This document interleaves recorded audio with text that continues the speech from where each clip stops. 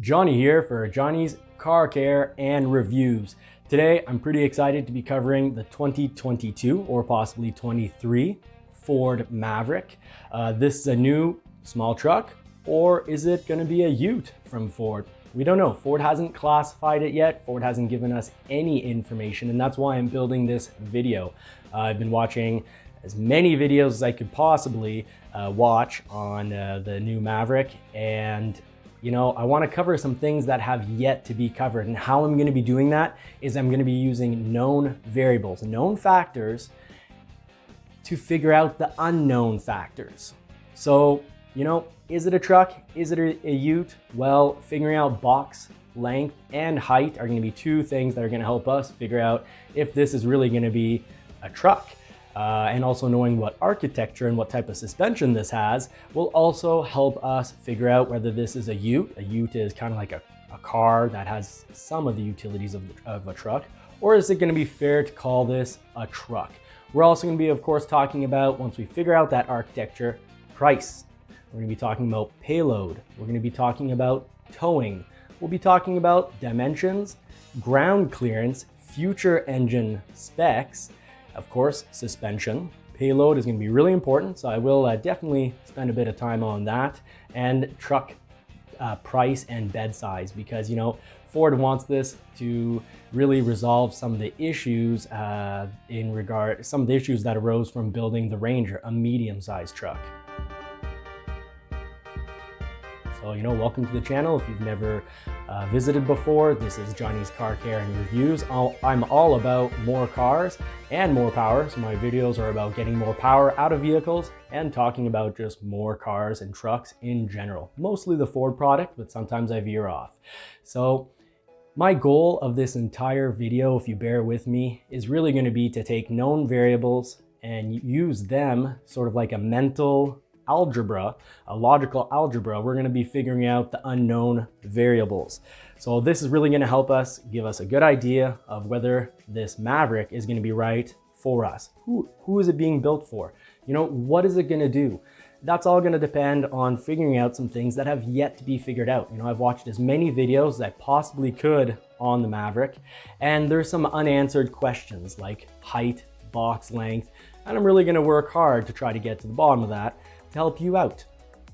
Now, if you like this type of video, or if you want this type of video to be sent out to and suggested to people that may really like this type of content, you just have to hit like early on in the video. That really helps my channel out.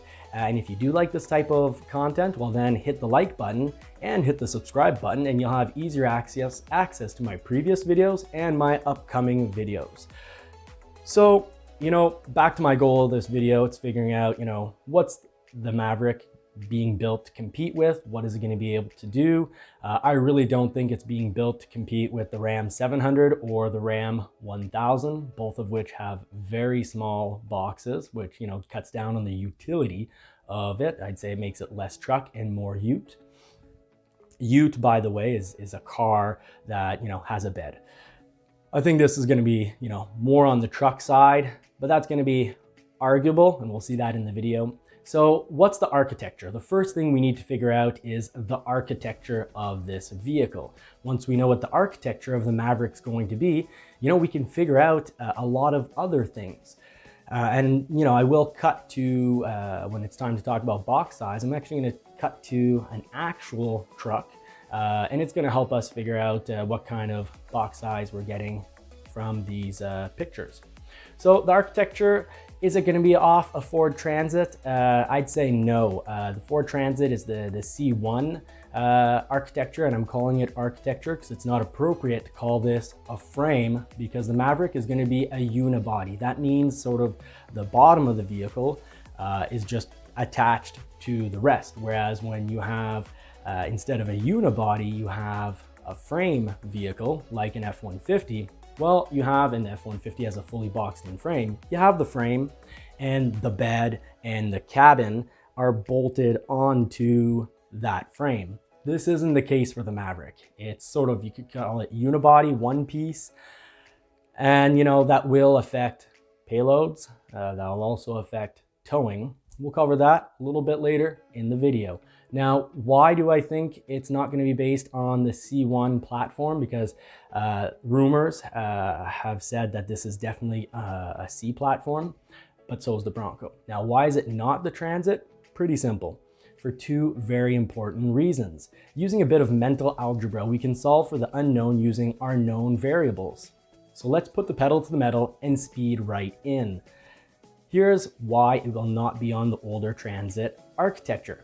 Yes, the Maverick is being classed as a C-class architecture, and the Transit, having been around longer, would cost less up front if the Maverick was built on that unibody.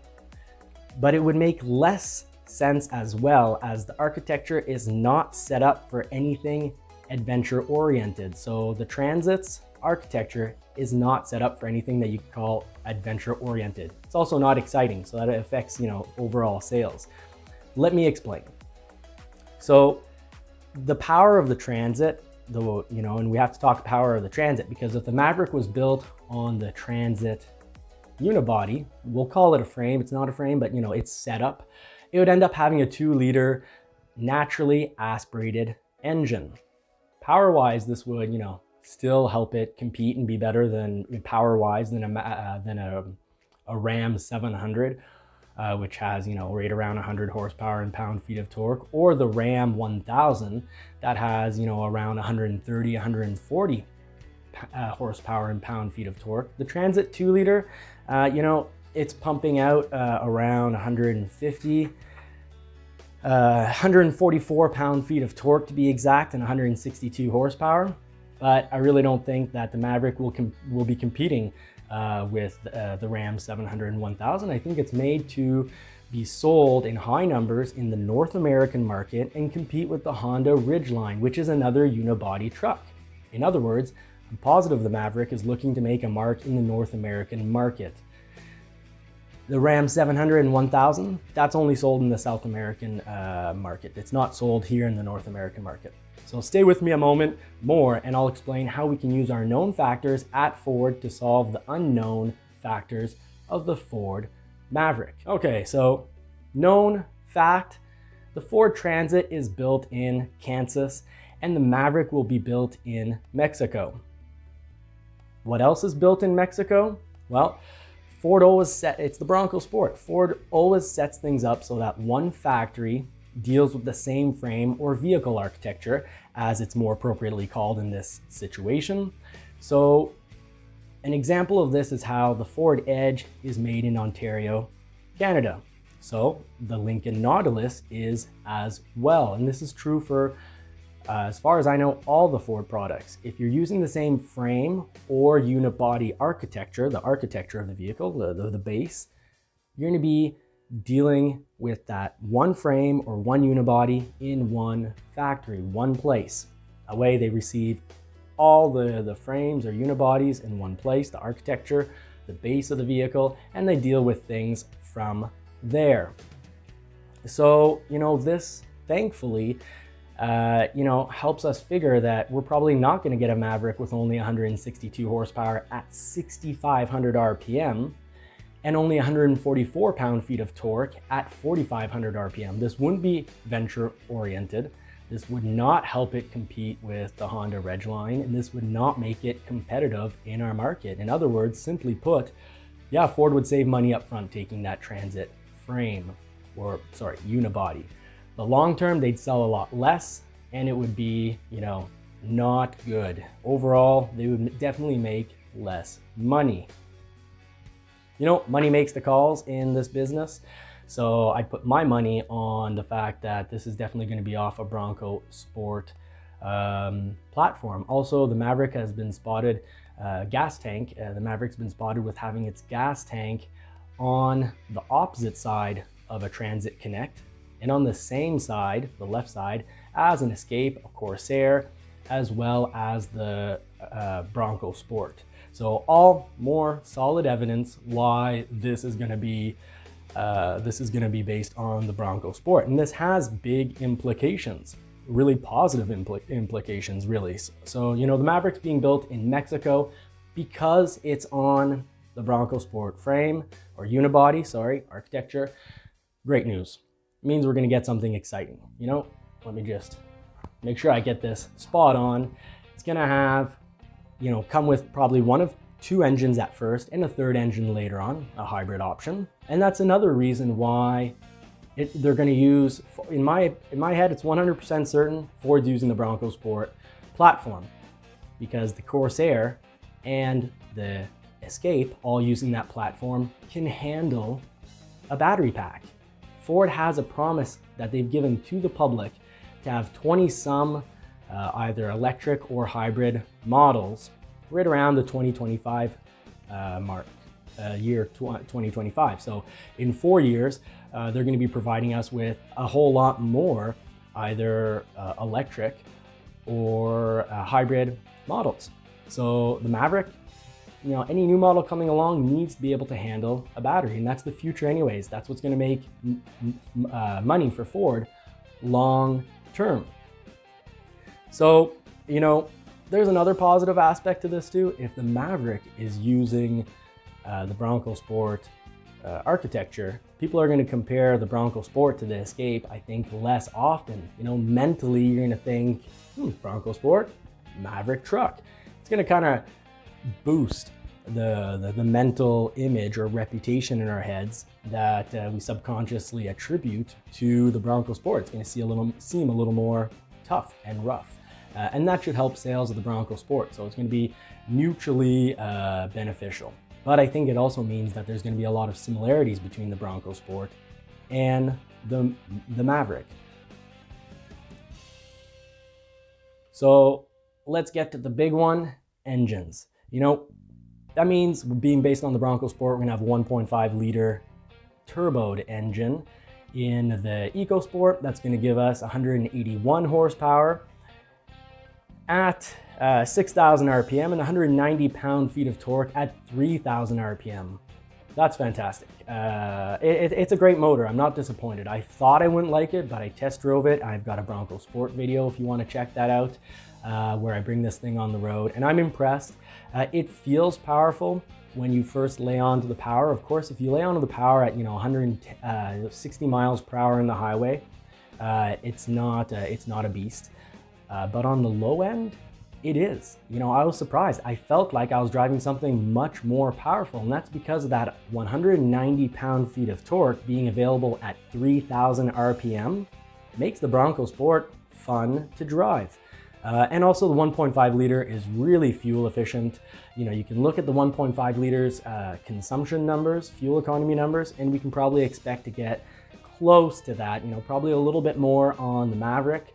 Being a truck, I'm thinking it might be a little bit more. However, if the Maverick is offered as a two-wheel drive vehicle as well, I'd expect a two-wheel drive vehicle to actually get better fuel economy than the Bronco Sport, because the Bronco Sport only comes in 4x4.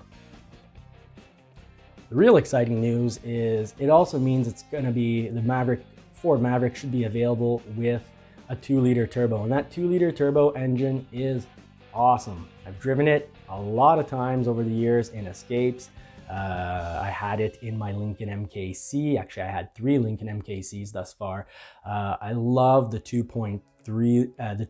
Sorry, I also had a black 2.3 liter MKC, and I wasn't, that much more impressed or wowed than my 2 models that had the 2-liter. I love the 2-liter engine. It's super powerful. You've got 245 horsepower and you have 275 pound-feet of torque available at low RPM, around 3,000 RPM. So that is a lot of power at low end, which means you step on the pedal and you get some serious results. So, the Bronco Sport wheelbase is 105.1 inches. Motorhead did a great analysis where they, pointed out and kind of more or less proved that the Maverick should have an extra 15 inches. And I think that's pivotal information. They're saying the wheelbase should be 120 inches because this is what makes possible the idea of having a 5-foot box from the Maverick.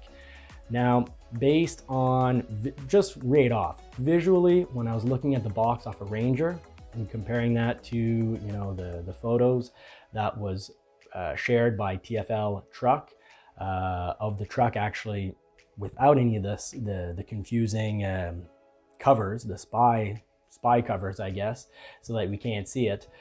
When comparing that to the Ranger, right away I said, hey, that looks like a 5-foot box, and it's at least 4.5 feet, minimum 4.5 feet. What I did is I went out and I'm going to show this right here. I went out and I measured my own box because I have a 28 inch tire on my truck, and you know, I used that to compare, sort of to look, you know, how much tire do I have versus the back of the box. And of course, the front of the box of the Maverick is very different. That's where you have, where I'd argue, 4 inches. So I was able to figure out that definitely guaranteed we've got 4.5 feet off the Maverick and possibly 5 feet. And then I'm going to explain why it's in Ford's best interest to either have 48 or 4.5 feet or a 5-foot box. You know, some news sources have been saying that it could be as little as 31.8 inches. And I'd say there's no way that's possible because of the math we've done, the logical, mental algebra that we're about to apply. So let's jump right in and cut right to that video. So I think one major factor for whether people are going to be interested in buying the Ford Maverick, whether it's a 2022 or 2023 model, I think it's going to be 2022, but we'll have to wait and see. But a major factor is going to be bed size. And so far, from all the videos I've seen on YouTube, no one is covering what type of bed size we're going to have. You know, there's speculation. Some people are saying 4 feet. Some people are saying 5 feet. And I want to use some known factors to help us understand, extrapolate to the unknown factors. So we can definitely here use some known factors to get, you know, within, I'd say we should be spot on, but at worst, maybe a 6-inch margin of error. So I'm going to use my current F-150.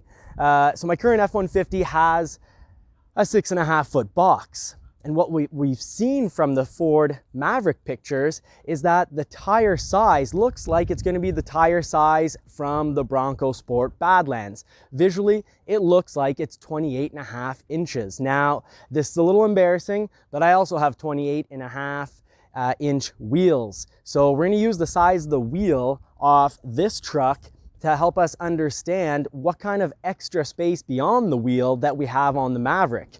So follow along with me, and I promise we're going to get down to the nitty-gritty and find out how long that Maverick box is. So right here, I've got 20.5 inches of tire, just like the Bronco Sport Badlands. And coincidentally enough, visually, we see before the tire, we have about 28 inches as well. And after the tire,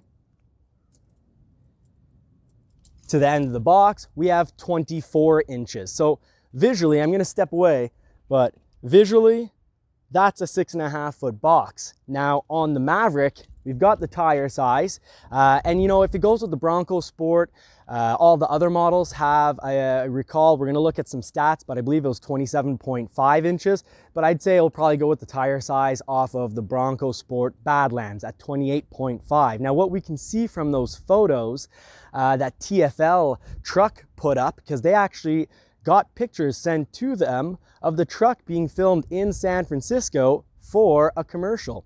And what I could tell very easily from the photos is that the tire width, or the tire diameter, we could say, is the space that we have after the box. So another thing that's pretty evident is the front space after the wheel, the metal piece, is 4 inches. Very much like on a 4-door Ranger. So I'd say this Maverick is going to have a 5-foot box. Now, a 4.5-foot box could have made sense.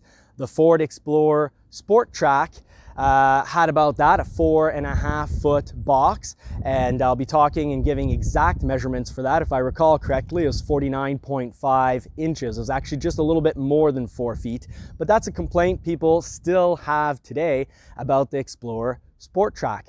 I don't think Ford will make that error twice.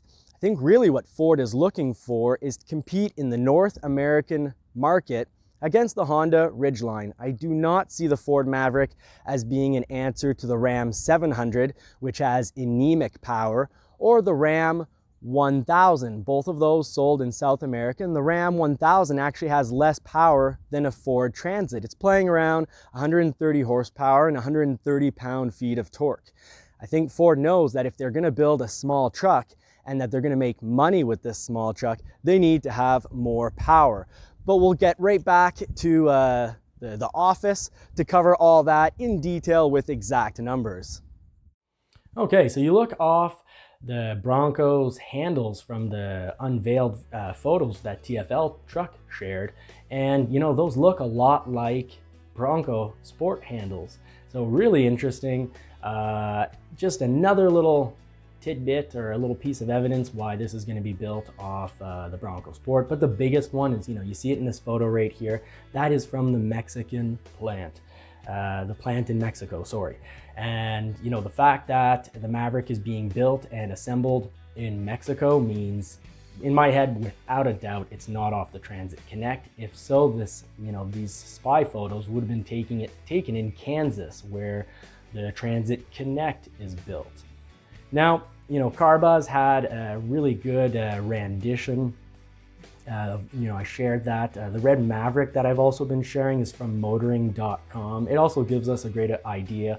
But if you really want to see what it really looks like, watch the TFL Truck video. You know, those that father and son team is unbeatable. They make really entertaining content. What I'm trying to do here, though, is with my channel is often, you know, using a bit of mental math. I really try to push things a little further to figure things out. So, you know, we saw in the video that, you know, the box, it makes sense that it's going to be a total of 60 inches.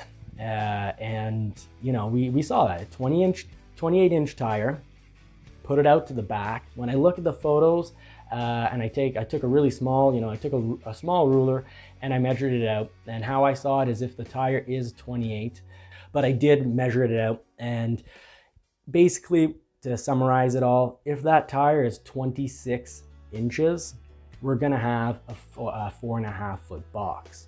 And if it's 28 though, we're gonna have a 5-foot box, like the Ranger. And this would make sense from a marketing standpoint. Ford needs to fill the gap.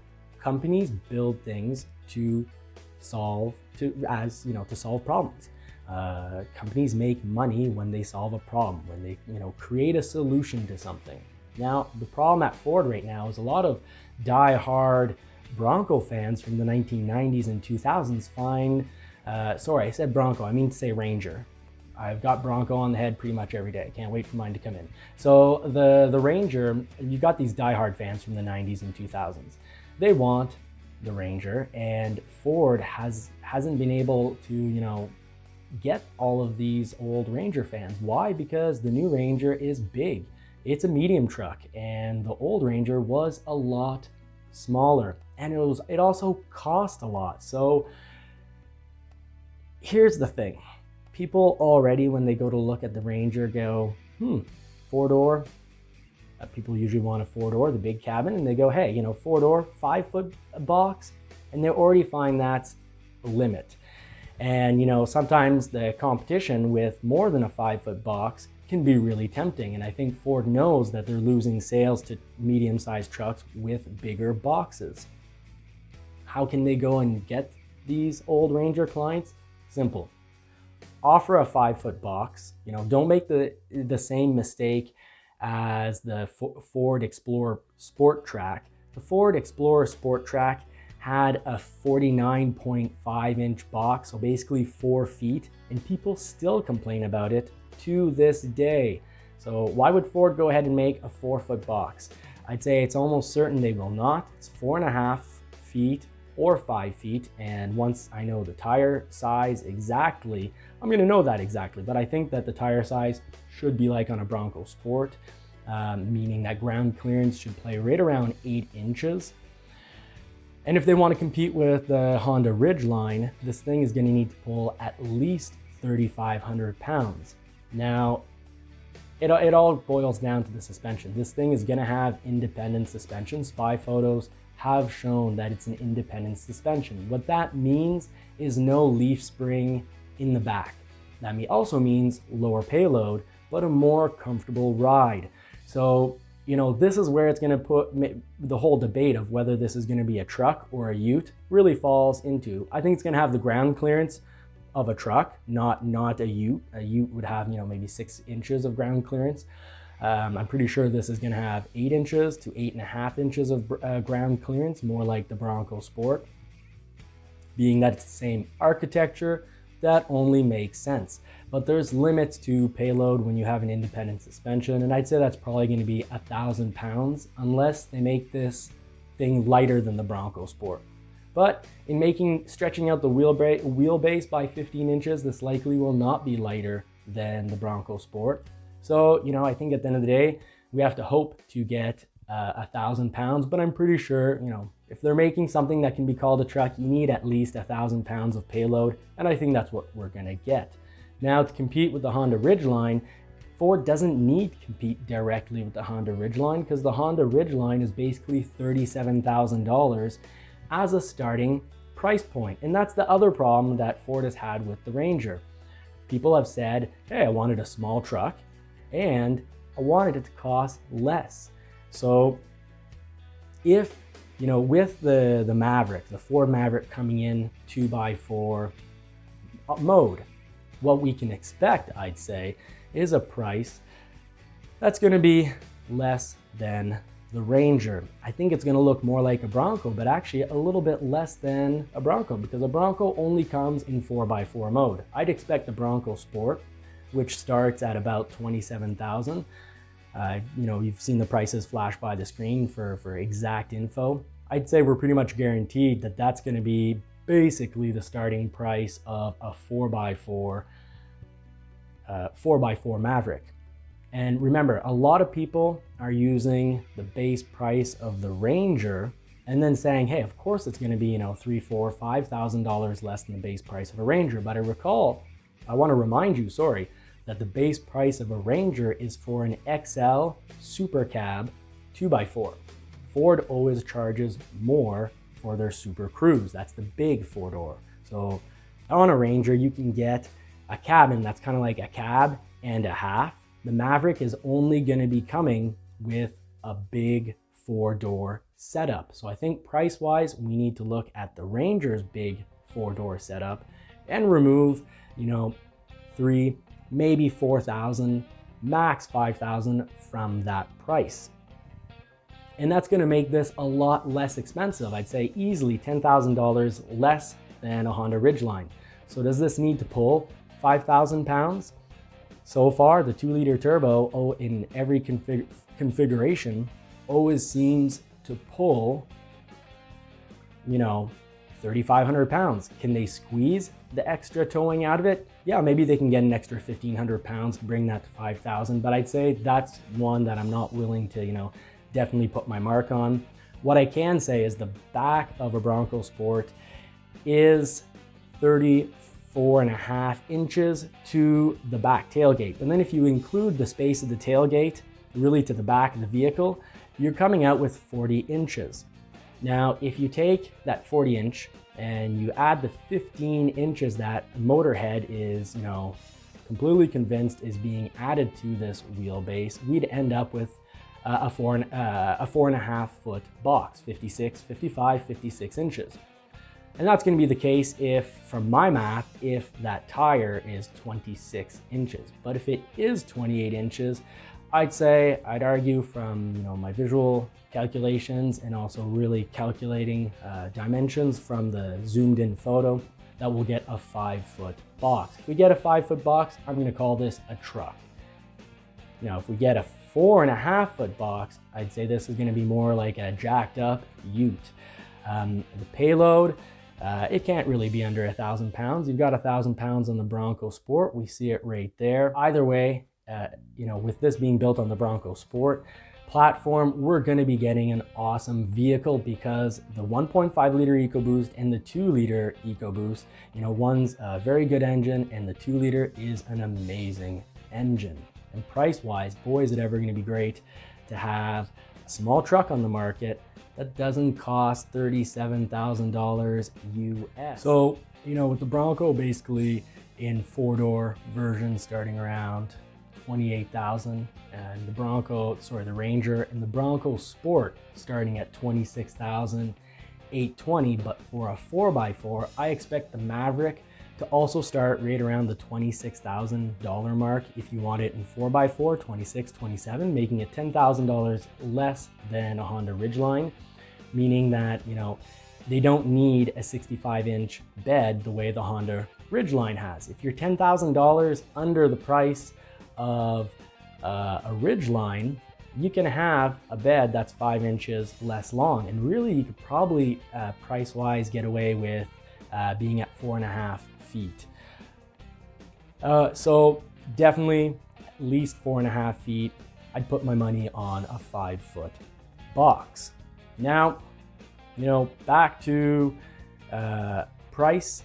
The 2x4 model I think is going to be really impressive. I'd say we can probably expect the 2x4 Ford Maverick to be around, really surprisingly, I think we're going to get something around 25,000 for the 2x4 model. So less than a Bronco Sport. And that would make sense because Ford always charges 2,000 to 3,000, generally 3,000 US more when you go to a 4x4, when you upgrade to 4x4. We see it on the Ford Ranger. We see it with pretty much everything where they offer, a 2x4 and a 4x4 option. Let's talk interior for the Ford Maverick. Pretty easy. We've got some spy shots, and so far, the interior of the Ford Maverick looks a lot like the interior of the Bronco Sport. So I'd say don't expect a shifter the way we have in the Ford Ranger. And I even suspect in the Ford Ranger that's going to probably be replaced when the new model comes out because it's going to be due. It's been out since 2015. So it's due to be not refreshed, but completely redone. But the Ford Maverick is going to have a knob shifter, I'd say, just like the Bronco Sport. It's going to have this, I'd say, from what I can see from spy photos, the same touchscreen as the Bronco Sport. Interior finish could be different, seats and whatnot, but why would it be that much different? The Bronco Sport interior is fantastic. So I expect the Maverick to have a switch like this. I'd also expect it to have a terrain selector. Will they call it GOAT, greatest of all time? But in Ford's case, it stands for goes over any terrain. Ford might want to leave this as an exclusivity for the Bronco. We can almost call it a brand now because it looks like Bronco's turning into basically its own brand. But is the Maverick going to be part of that family? And are they going to get the GOAT modes? I'd say they're definitely going to get the technology. But will they call it GOAT modes?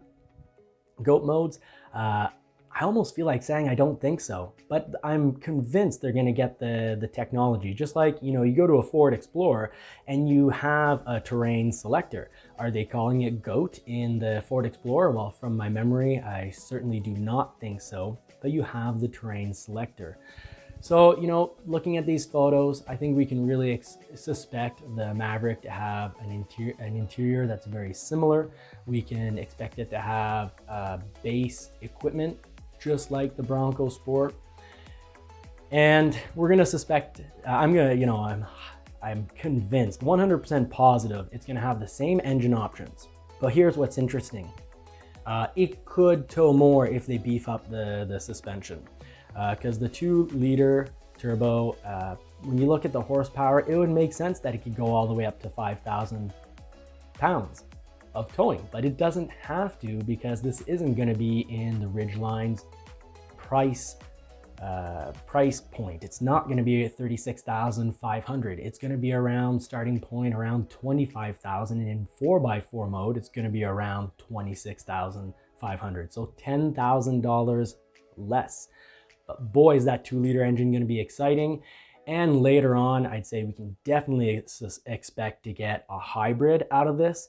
And if we do, it's going to be the same. You know, you want to look up the Ford Escape plug-in, because that is what we should be getting out of that Maverick. Which means if plugins interest you and you really want a truck and you're willing to wait, because it could be the type of thing that Ford releases mid-life of the Maverick. So, you know, 2-3 years down the road of when they first bring it to market. So that would bring it to about 2025. I'd say there's good chances there that we'll get a third option for an engine, and that would be a plug-in. So if that interests you, if plug-ins are your thing, check out the Ford Escape plug-in. Because you're going to get the same type of autonomy, all electric autonomy, and the same type of fuel consumption, similar than you do with the Ford Escape. So if you find the video has been interesting or helpful, please, you know, like and subscribe. It really helps me out. I've got this goal. I would really love to get to 1,000 subscribers. If you know anyone that might be interested by this type of content, please share the video, you know, share it around, and add comments. If you thought of something that I didn't think of covering in the video in regards to the Maverick, please go ahead. The comments have been so helpful. So thank you very much to those leaving comments. Bumps and ruts can come as they will. Welded, rugged, and riveted frame takes